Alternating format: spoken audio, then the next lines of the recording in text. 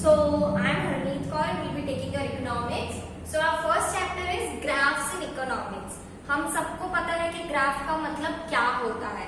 हम बचपन से right from the third standard हम मैथ्स में ग्राफ पढ़ते आ रहे हैं. 9th 10th में हमने स्टैटिस्टिक्स में ग्राफ पढ़े, 11th में भी स्टैटिस्टिक्स में ग्राफ पढ़े. तो ग्राफ का मतलब क्या होता है हम सबको पता है, ठीक है. बट फर्क ये है कि हम तब की क्लासेस में ग्राफ्स जो थे वो हम मैथमेटिक्स के सब्जेक्ट में पढ़ते थे. अब हम जो ग्राफ्स होंगे वो इकोनॉमिक्स के सब्जेक्ट में पढ़ेंगे. इकोनॉमिक्स की डेफिनेशन क्या है, we are all well aware of that कि हमने 11th में पढ़ चुका है कि इकोनॉमिक्स का मतलब क्या होता है.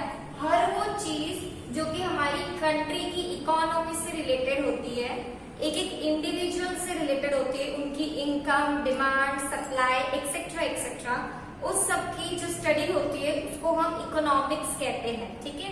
तो अब जो ग्राफ्स है वो इकोनॉमिक्स में कैसे हेल्पफुल है हम इस चैप्टर में उस चीज के बारे में पढ़ेंगे, ठीक है. So study of graphs and diagrams and how they are used. हम इस चैप्टर में बस इतनी ही चीज पढ़ेंगे कि ग्राफ्स एंड डायग्राम्स क्या होता है, उनमें फर्क क्या होता है. हम बचपन से पढ़ते आ रहे मैथ्स में पाई चार्ट बनाइए या ग्राफ्स बनाइए, डायग्राम्स बनाइए, सब एक ही चीज होगी, ठीक है. बट नाउ विल स्टडी कि दोनों में माइनर डिफरेंसेस क्या है और वो इकोनॉमिक्स में डे टू डे लाइफ में हमें गवर्नमेंट को या बाकी हर एक ऑर्गेनाइजेशन को कैसे काम आता है to represent each and everything, और उनके नीचे कितने टाइप्स होते हैं हम ये पढ़ेंगे इस चैप्टर में. अच्छा, अब बात हो रही है तो अब मुझे ये बताना है कि ग्राफ्स और डायग्राम्स का मतलब क्यों होता है, हम उसे बनाते क्यों है. भाई इतना हम टाइम पास क्यों करते हैं कि पेंसिल उठाएंगे, स्केल उठाएंगे, इरेजर लेंगे, बहुत सुंदर सा डायग्राम बनाएंगे या बहुत सुंदर सा ग्राफ बनाएंगे, ठीक है. वी नो हम छोटी क्लासेस में कैसे मस्त पाई चार्ट डायग्राम ये सब बनाते थे कलरिंग्स करके. तो why we should make all this things. इसका मेन मोटो क्या होता है कि अगर एक इंसान, आपकी बुक में लिखा है लेमैन मतलब कॉमन इंसान, कॉमन आदमी. तो अगर एक कॉमन इंसान भी जिसको स्टैटिस्टिक्स की, जिसको इकोनॉमिक्स की एबीसीडी नहीं पता है, पर उसको अगर कुछ गवर्नमेंट का डेटा पढ़ना है तो वो क्या करेगा. An illiterate person can also study through graphs and diagrams.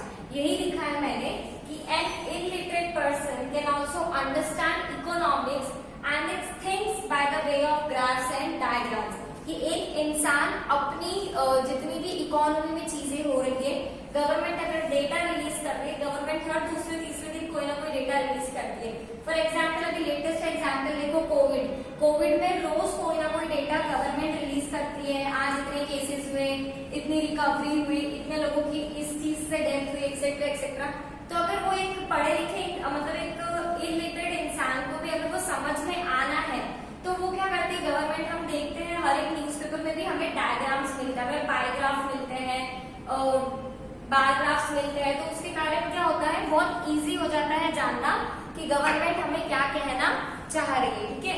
सो सबसे बेसिकली सबसे पहला चीज जो आपकी बुक में टॉपिक है वो है डायग्राम्स के बारे में.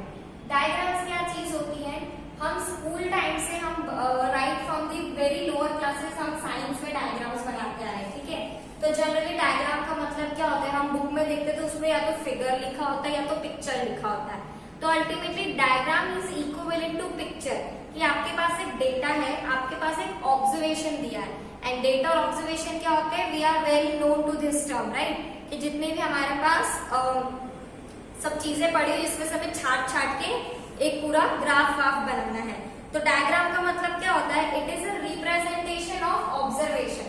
It is a representation of observation. Representation का मतलब क्या होता है कि कोई भी चीज आपको दी हुई है उसको आपको और इजी चीज में उसको रिप्रेजेंट करना है, उसको दर्शाना है, सो दैट सामने वाला बहुत ही इजीली उस चीज को समझ जाए. तो डायग्राम्स का मतलब क्या होता है, representation of observation by the way of picture. Bye the way of picture. हम साइंस में देखते थे, हमने बहुत सारे डायग्राम्स बनाए हुए बचपन से. तो अल्टीमेटली हम एक किसी भी चीज को हम कैसे पढ़ सकते थे, हमें कैसे पता चलता कि ये प्रोसेस ऐसे होता है या वाटर साइकिल ऐसे होती है. अल्टीमेटली उसका डायग्राम बनाते थे. हमारे पास डेटा होता था कि हमारे पास क्लाउड है, पानी है, रेन है, सन है, लैंड है, ये हमारा डेटा था. अब उस डेटा को रीअरेंज करके या उस डेटा को प्रॉपरली सिंक्रोनाइज करके हमने उसका एक डायग्राम बनाया, सो दैट अब सामने वाले को पता चल सके कि हाँ पहले पानी ऊपर जाएगा सन के साथ इवेपोरेशन में एरो के थ्रू। तो अल्टीमेटली डायग्राम का मेन ऑब्जेक्टिव क्या है कि कोई भी इलिटरेट इंसान किसी भी चीज को पढ़ सके, ठीक है। So diagram is the representation of observation by the way of picture, ठीक है। और ग्राफ, अब नेक्स्ट हम पढ़ेंगे ग्राफ, पर पहले डायग्राम के बारे में पढ़ लीजिए कि डायग्राम इतनी चीज होती है और डायग्राम के लिए आपको जरूरी नहीं है कि आपके पास कोई स्टैटिस्टिकल नॉलेज अवेलेबल हो। Now what do you mean bye statistical knowledge? हमने 11th क्लास में स्टैटिस्टिक्स एज अ पूरा सब्जेक्ट पढ़ा है, ठीक है। तो हम लोग को पता है कि स्टैटिस्टिकल टूल्स क्या होते हैं एंड स्टैटिस्टिकल नॉलेज क्या होती है। तो जो स्टैटिस्टिकल नॉलेज जो एक पढ़े लिखे इंसान के पास होती है, जिसके पास स्टैटिस्टिक्स का एबीसी का ज्ञान हो या he is more expert in that field, तो जरूरी नहीं कि आपको डायग्राम पढ़ना है तो आपके पास स्टैटिस्टिक्स का नॉलेज होना चाहिए। No statistical knowledge required. अगर एग्जाम में क्वेश्चन आता है कि what is diagram in 2 marks, तो 2 मार्क्स में आपको ये कुछ लाइंस मेंशन करनी है। पहले डायग्राम की डेफिनेशन हो गई, फिर डायग्राम में क्या क्या चीजें जरूरी, क्या क्या चीजें नहीं जरूरी है वो हो गया, एंड डायग्राम्स अब कौन यूज करता है। Diagrams are used by the advertising companies. Now what do you mean by advertising companies? The companies जिसके हम एडवर्टाइजमेंट हमारे न्यूज चैनल्स पे या फिर टेलीविजन चैनल्स पे देखते हैं। तो डायग्राम्स का यूज कौन करता है? Advertisement company, advertising company, government एक बेस्ट एग्जांपल मैंने अभी आपको दिया कोविड केसेस का, गवर्नमेंट, देन एनजीओस, देन हम नॉर्मल लोग भी डायग्राम का इस्तेमाल करते हैं to explain you. Many times your teacher also teaches you by diagram कि भाई फ्लो चार्ट बना दिया। Flow chart is a kind of diagram, ठीक है। फ्लो चार्ट भी एक तरह का क्या है? डायग्राम है। अब आपकी बुक में दूसरी चीज दी हुई है graph. I hope diagram is clear. Diagram मतलब representation of observation by the way of picture, कि किसी भी चीज का अगर हमारे पास डेटा दिया गया है, ऑब्जर्वेशन दिया गया है, उसको पिक्चर के फॉर्म में बताना, सो दैट कोई भी इंसान, पढ़ा लिखा या अनपढ़ इंसान, इलिटरेट इंसान, वो उससे कोई भी चीज समझ सके, ठीक है।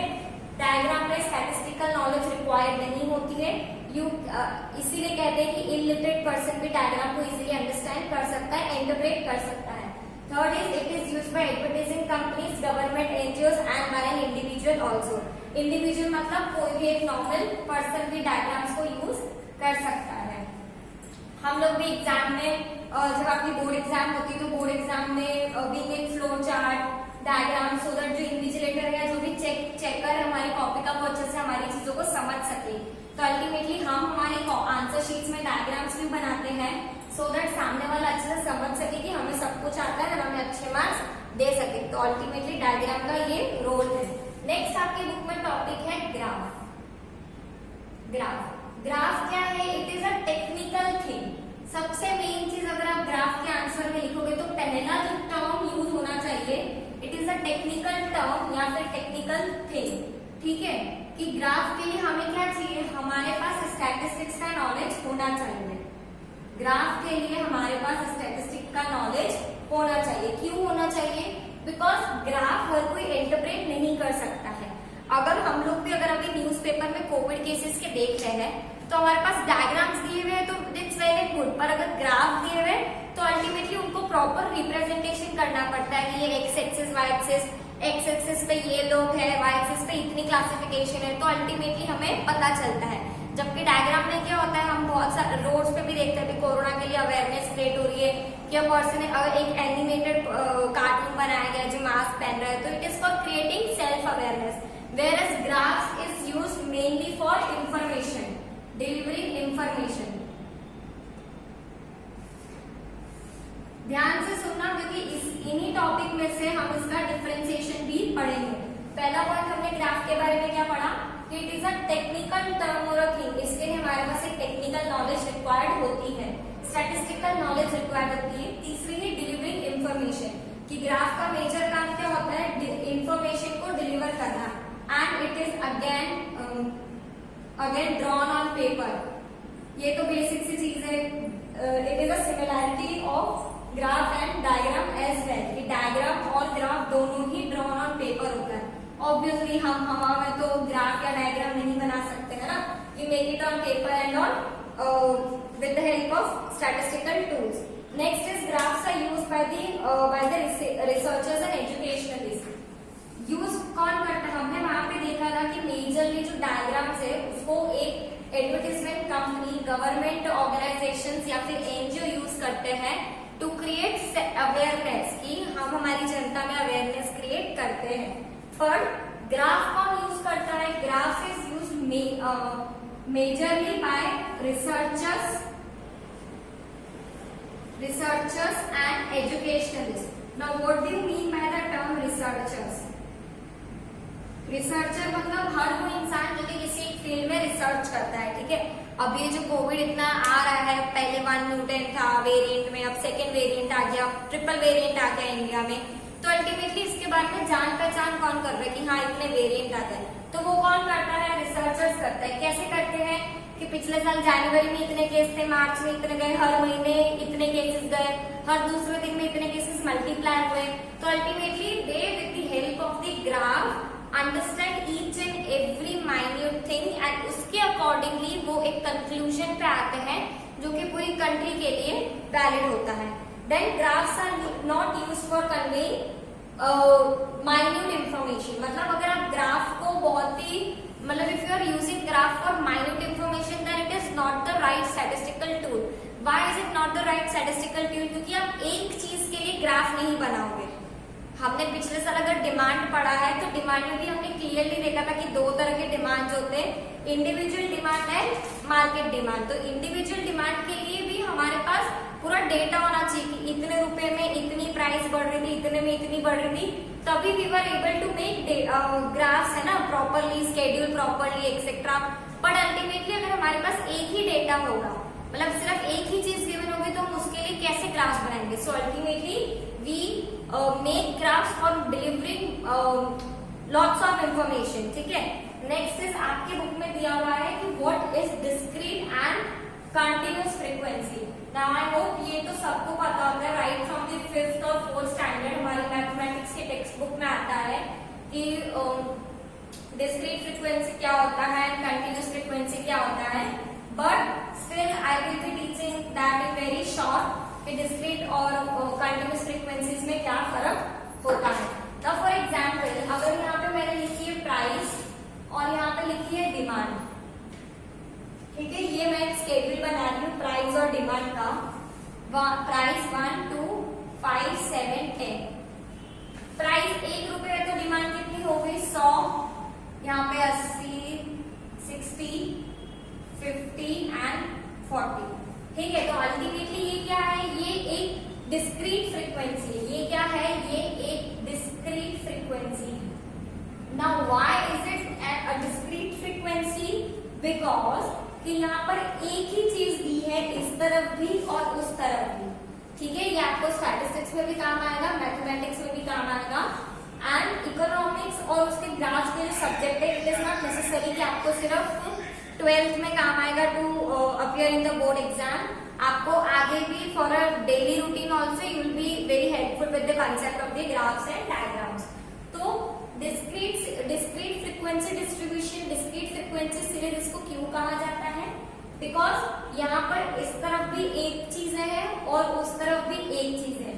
1 रुपए की प्राइस पे 1 रुपए में हमें 100 बिस्किट्स मिलते हैं, 2 रुपए में 80 मिलते हैं। Now you can understand the inverse relationship between price of a commodity and demand of a commodity at a particular point of time, जो कि आपने लास्ट ईयर 11th में लॉ ऑफ डिमांड या डिमांड चैप्टर में पढ़ा हुआ है, ठीक है।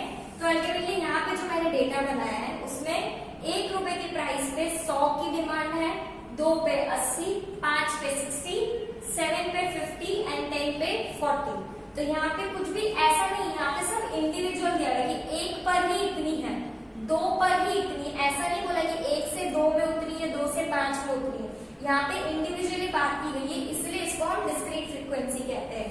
अब जो कंटिन्यूअस फ्रीक्वेंसी वो कैसी होती है कि फॉर एग्जाम्पल मैंने यहाँ पे इनकम लिखा है एंड यहाँ पे एक्सपेंडिचर लिखा है। Income whatever it is in rupees. अगर मैं बोलूं कि income is 10K to 20K, that is 10,000 to 20,000, फिर 20,000 to 30,000, 30,000 to 40,000। जिनकी इनकम 10 से 20 के हैं उनका खर्चा 15,000 है, जिनका इधर है उनका 25,000 है और जिनका ज्यादा है उनका 35,000 है। तो अल्टीमेटली अब इसमें और इसमें फर्क क्या है, यहाँ पे हमने देखा था कि एक ही चीज के बारे में बात की गई थी, या तो 1, या तो 2, या तो 5, या तो 7, या तो 10। अब यहाँ पे क्या है, इसमें हमें बोल दिया है कि 10 से 20 तक, 10 से 20 तक के लोग इतने में आएंगे। तो यहाँ पे क्या है, इसको हम कंटिन्यूअस फ्रीक्वेंसी डिस्ट्रीब्यूशन कहते हैं। क्यों? क्योंकि ये कंटिन्यूटी में रह रही है। 1 से 20 तक यहाँ पे 10 से 20 तक यहाँ पे 10 से 19 तक लोग आ जाएंगे। 20 से 30 तक तो यहाँ पे 20 से 29 आ जाएंगे, एक्सेट्रा। तो ultimately I hope that you guys are clear with the concept of the discrete and continuous frequency as well. ठीक है, इसका इस चैप्टर में